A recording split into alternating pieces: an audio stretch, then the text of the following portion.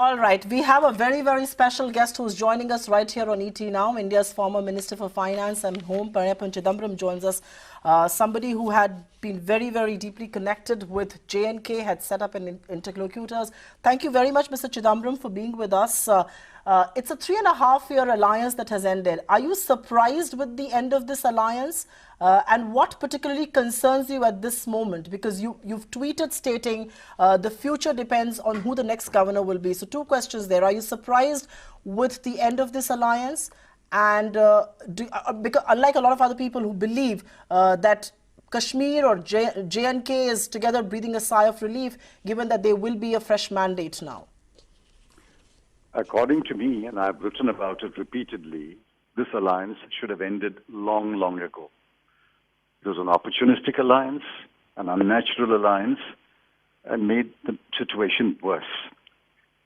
But I'm concerned about governor's rule because I'm concerned who the next governor will be. Governor Vohra's term will come to an end on June 28, and all indications are that he does not want to continue or he will not be continued. So who is the next governor? If the next governor adopts simply the BJP's muscular militaristic approach, it'll be a disaster. It'll be worse. It'll be from the frying pan to the fire. So while I welcome the collapse of the present government, I'm very concerned about what will happen on June 28th.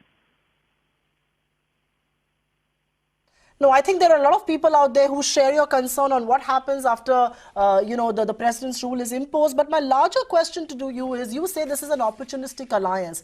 I'm going to ask you a more big picture question as far as J&K is concerned. And you were you were associated with this issue in your capacity as Home Minister. You had set up interlocutors for the Valley. The dialogue did not yield results.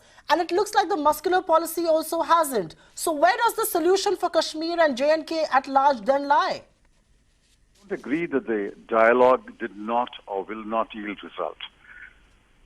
The 2.5 years when I worked with Chief Minister Omar Abdullah were the best years in terms of very sharp decline in violence,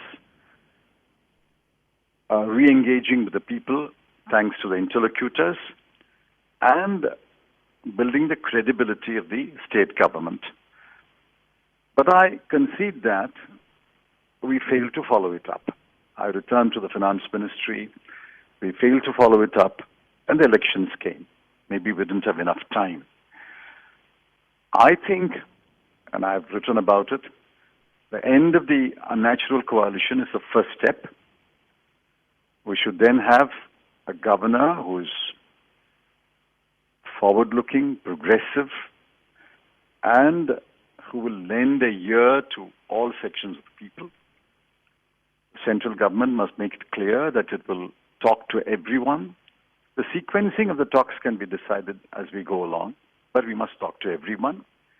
And then we must appoint interlocutors to re-engage with the people. Today, if the government tries to talk to anyone, it utterly lacks credibility.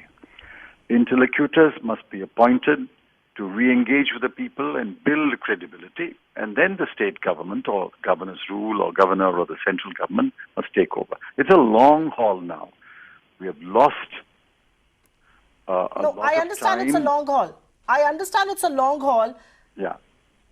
Mr. Chidambaram, I have to follow it. I have to follow it up. At least you're being candid to say that you could not follow it up because you came back to the finance ministry. At least you're being candid enough to say that. But the reality is, Mehbooba Mufti in her press conference today said that she chose to go with the BJP despite having offers of support from both the NC and the Congress, because she thought Mr. Modi had a grand mandate all across India and he will be able to solve the problem, resolve the problem in Kashmir.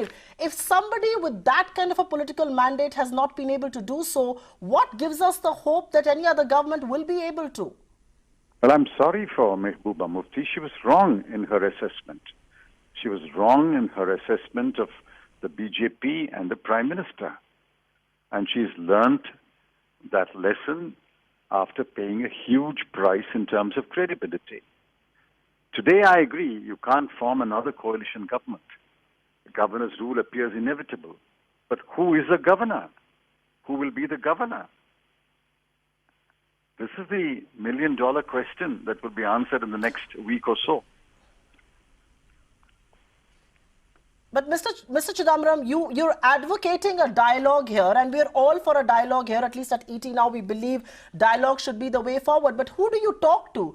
Do you talk to people who are pelting stones at school children and tourists? Do you talk to protesters who are at best leaderless, at worst acting at the behest of Pakistan or acting as their proxies? Because look at the level of alienation in the valley, and this hasn't perpetrated in the last 3.5 years. This is an ongoing issue. I mean, successive governments have failed to resolve the problem in Kashmir. Let me give you a frank answer, even if it appears unpalatable. Sure. The interlocutors must talk to everyone, every section. How they will talk? Will they talk openly? Will they talk quietly? Will they talk on track 2? Will they engage other people to talk to them?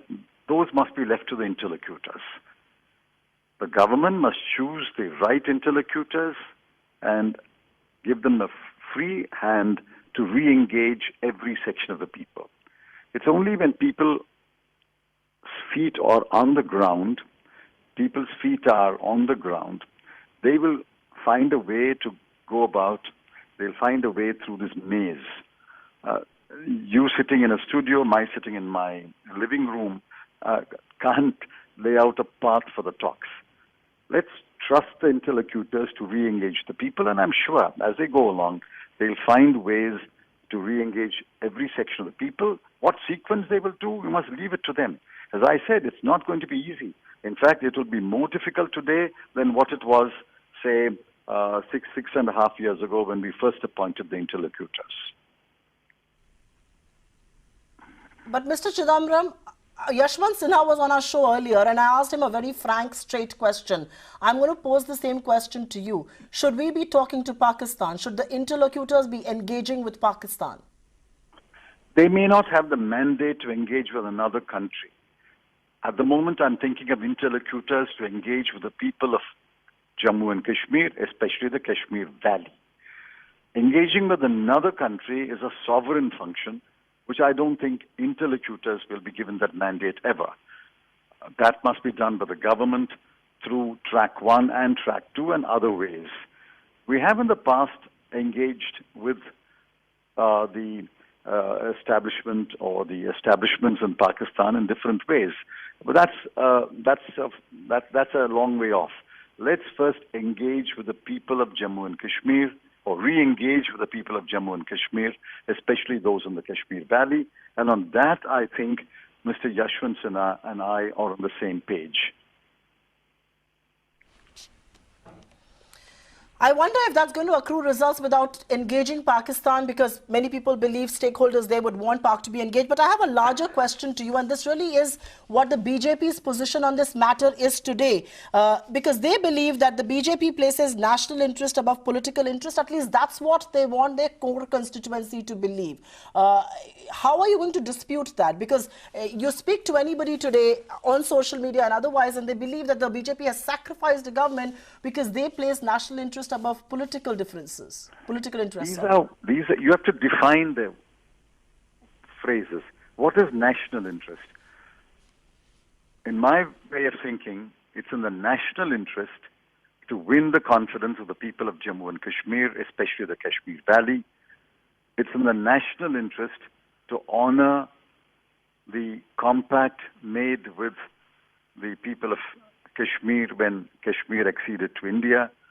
It's in the national interest to see that Jawans are not killed, civilians are not killed. It is in the national interest to ensure that the borders are practically sealed, there's no infiltration. I will define national interest in the way I think is right. And that national interest will certainly be advanced by what I'm advocating. But if you define national interest in the way the BJP defines, namely suppressing any voice of dissent, suppressing any expression of dissent or act of dissent, and using muscular military power or paramilitary power throwing people into jail. I mean, that is their definition of national interest, which I don't agree. It's in the national interest to win the confidence, win the hearts and minds of the people of Kashmir, so that Kashmir will remain an integral part of India, even while we honor the underlying promise in Article 370. That, I think, is national interest. Two quick last questions before I go, and one of them has to be on, will you concede, will you be frank and will you be honest here to concede that the failure to find a solution in the Jammu and Kashmir and the valley at large rests on all sides of the political spectrum, and the Congress this evening cannot absolve itself of the troubles either? You've been in power for long enough to find a solution by now. Who can quarrel with such a general statement? Everybody who has been in authority or office at any time and dealt with Kashmir must share the responsibility. The question is intentions and results. I can claim that under the UPA government, we made a bold move in reducing the presence of the paramilitary. We thinned the paramilitary by almost 10,000 Jawans. We handed over primary responsibility for law and order to the J&K police. We removed the roadblocks in Srinagar, and the DGP and I traveled on an unmarked jeep in Srinagar through crowded streets and alleys after the roadblocks had been removed, and nothing happened. And we appointed interlocutors to re-engage the people. Just look at the numbers in those 2 years. The violence dropped dramatically, and I must acknowledge the role played by Umar Abdullah. Yes, we didn't carry it to its logical end, but question is, what were our intentions? What did we try? Did we succeed even partially? But who says I'm willing to take my share of the responsibility, because I was Home Minister for a while. But those general statements don't take us very far. The question is, in today's situation, what do we do? And I think the real test will be who will be the next governor on 28th of June. I'm glad you're being candid to say you should take your share of the responsibility. I think all of us will wait and watch who the next governor and what the next course of action will be. A quick last question, because the Congress, your party president, you yourself have called this an unholy, opportunistic, untenable alliance. There is a larger lesson out of here that unnatural allies don't see the logical end. Unnatural alliances don't last. Isn't there a lesson for the entire opposition at best? Because there are unnatural alliances in the making as far as 2019 is concerned. Seeming political foes are all coming together in that anti-Modi, anti-BJP front. No. Please don't turn away from the gravity of the situation. We're talking about Jammu and Kashmir. Let's not dilute the gravity of the issue by referring to other possible scenarios elsewhere. We will cross that bridge when we come to it. There won't be any unnatural alliances elsewhere. There will be natural alliances. All right. On that note, insisting on the need for interlocutors and a dialogue with the Kashmir Valley and every stakeholder there. That's former Finance and Home Minister Chidambaram joining us right here on ET Now with his take on the issues and the political turmoil in the Kashmir Valley. It's back to Tanya Bharadwaj in the studios to take it forward.